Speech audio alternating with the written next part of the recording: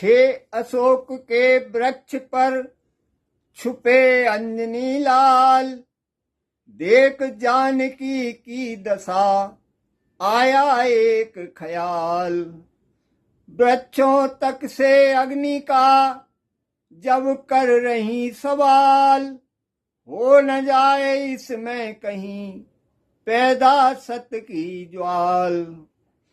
तो वहीं अशोक वृक्ष के ऊपर श्री हनुमान जी छुपे हुए थे। सीता जी की इस तरह वृक्ष से विनती करते देख उनके मन में एक ख्याल आता है कि ऐसा न हो कि सत्य के आगे ये वृक्ष भी सीता जी को अग्नि दे दें। इस ख्याल से विकल हुए जबी अंजनी लाल, दी अशोक के पेड़ से तुरंत अंगूठी डाल। हनुमान जी तुरंत ही अंगूठी डाल देते हैं। गिरते ही चमक मुंदरियों, मानो चमकीला तारा है।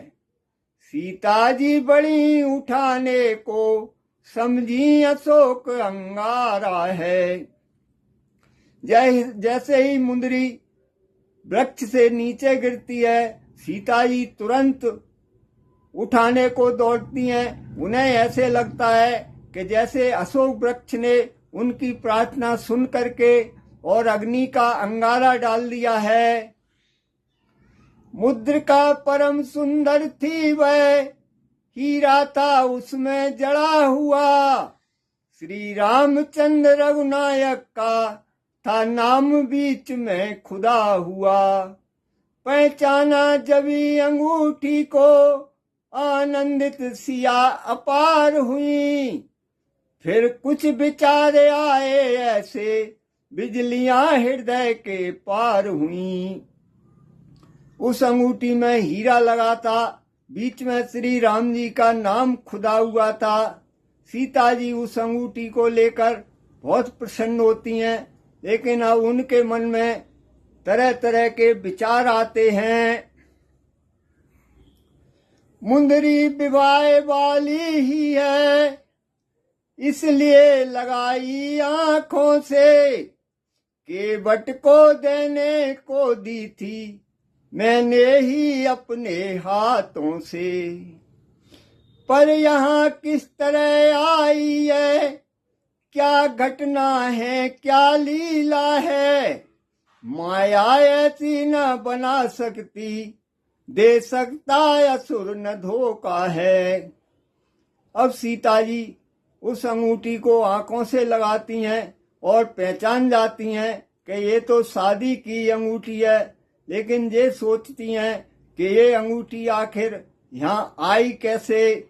माया से भी इस तरह की अंगूठी बन भी नहीं सकती। तब प्राणेश्वर के प्राणों की क्या इसमें छुपी सूचना है। पर रघुनायक तो हैं अजय, इस शंका में क्या रखा है। बन गए ख्याल जभी ऐसे, दिल पर फिर दुश्वारी आई। इतने में उस अशोक पर से आवाज एक प्यारी आई। अब वो ये सोचती हैं कि श्री राम जी तो अजय हैं, उनको कोई पराजित नहीं कर सकता, कोई जीत नहीं सकता। तो ये अंगूठी आखिर आई, उन तरह तरह की शंका करती हैं।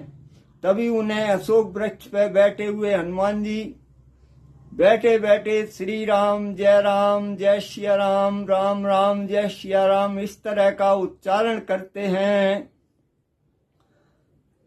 श्रवणों द्वारा जब किया नामामृत का पान, तब बोली तुम दूत हो तो क्यों हो अंतर ध्यान।